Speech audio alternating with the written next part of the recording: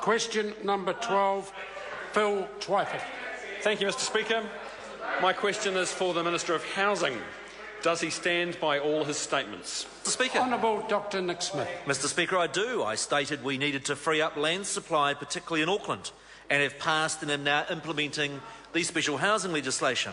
I stated we needed to reform social housing and have passed that bill and supported the build of a record number of community social houses.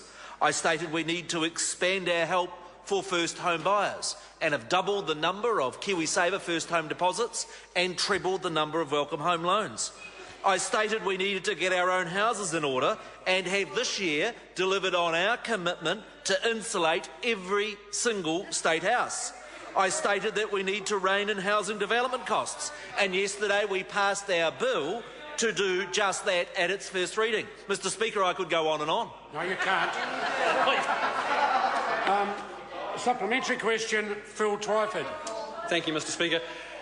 Does he stand by his ambition to make the dream of home ownership a reality for more New Zealanders, given that census data shows a 2% reduction in home ownership, largely on his government's watch, that first home buyers have disappeared from the market because of LVRs, that the average house in Auckland has gone up $180,000 since 2008, and that mortgage repayments on an average Auckland house, assuming a 10% deposit and a 25-year mortgage, have gone up $430 a month since 2008. Mr Speaker. Honourable Dr Nick Smith. Mr Speaker, the data released by Statistics New Zealand showed in the census that home ownership levels in New Zealand have been in decline consistently since 1987. And that's why the government is making major policy changes. But if you look at the history of home ownership in New Zealand, the single most important factor for New Zealanders being able to afford their own home is interest rates. And they are at their lowest level in 50 years and half what they were when Labor was last in government. Supplementary question. Supplementary.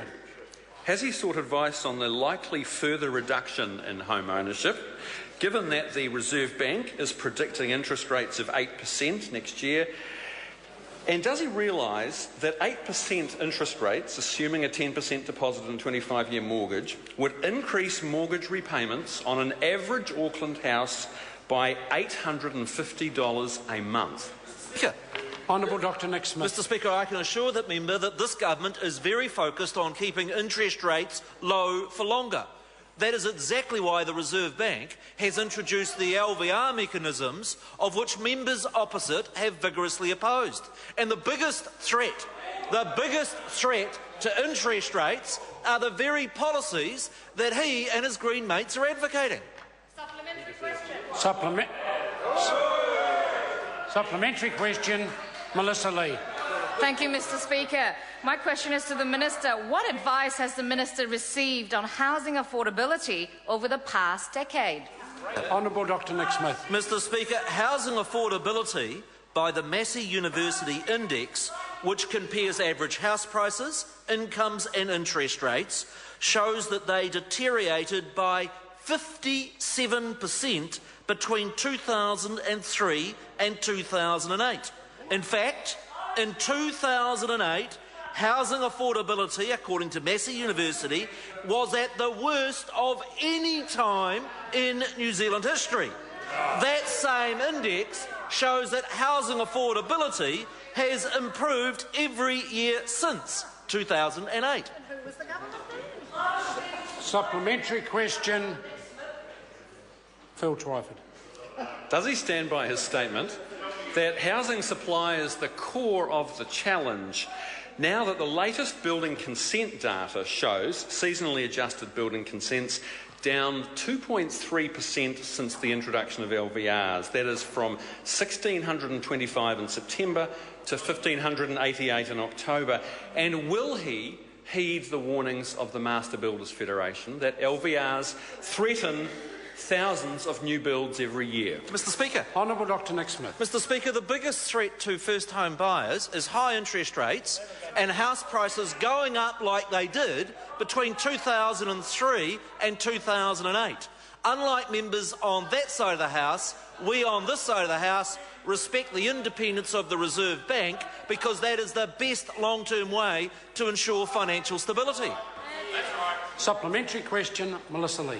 Thank you, Mr Speaker. What advice has the Minister received on home building consent numbers and increased activity in the construction sector?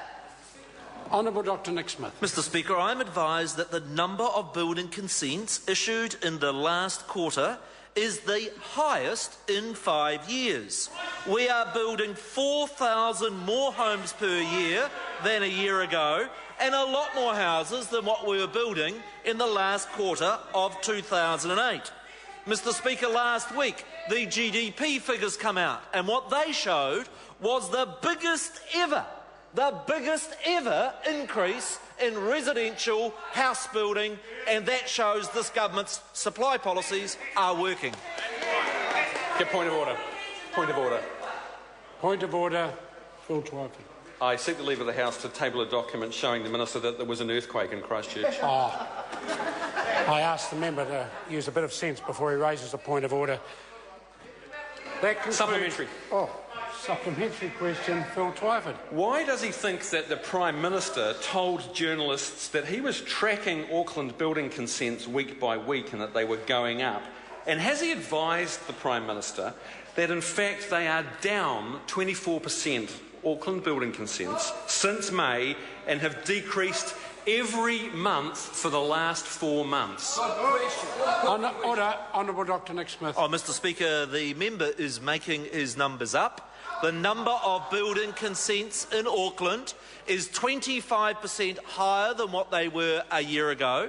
They've been consistently growing quarter by quarter, and as we have seen with the special housing areas legislation, already we've freed up another 5,000 sections. Before Christmas we'll be doing that number at least again. My question to members opposite, why have they opposed every single measure, such as the special housing areas legislation, that actually will enable Auckland to build more houses? Point of order. Point of order, Phil Twyford. Sir, I seek leave to table the report from Statistics New Zealand on building consents. Order. Statistics New Zealand information is very freely available to all members. He has order. Honourable Clayton Cosgrove. Sir, whilst accepting your ruling, I just ask you, you did rule a couple of weeks ago that where, as I understand it, where a member calls another member's word into question, and the member did say he was making it up, that even though the document was public, it could be under those circumstances tabled to substantiate the member's point. Yeah, and on occasions that would be useful for the House when the information is not freely available. In this case, the member asked a question with a political loading. The minister's at liberty to dispute those figures, and that's exactly what the minister did. Point of order, the Honourable Dr Nick Smith. Mr Speaker, I seek leave to table a report that I've just received from the Department of Building, from the Ministry of Business, Innovation and Employment on the number of building consents issued, showing that the number of consents issued is the highest in 5 years. Can I just clarify, is this a document and information that's freely available? No, it's not. It's only come available to me as Minister in the last 2 days. I'll therefore put the leave for that information to be tabled. Is there any objection? There is objection. Order. Order. Order. I have received a letter from Chris Hipkins seeking to debate under Standing Order 386, the release of the OECD PISA 2013 data collection on the performance of school students in reading, literacy, maths and science. The release of the results is a particular case of recent occurrence. As an OECD study, there is no ministerial responsibility for the data released, but they deal with matters involving ministerial responsibility. The results confirm a gradual decline in performance and echo findings from earlier studies. While this may represent an existing situation, the release of the OECD results is a significant new occurrence of considerable public interest. Educational achievement is of fundamental importance. The public need confidence in the government's response its education plan focused on the number of fronts to lift educational achievement to give all young people a better education. I consider it important enough to warrant the immediate attention of the House by way of an urgent debate. I call on Chris Hipkins to move that the House take note of an urgent matter of public importance. Thank you, Mr Speaker. Mr Speaker, I so move. And the public do indeed deserve to have confidence in their government's education policies, but they can't with this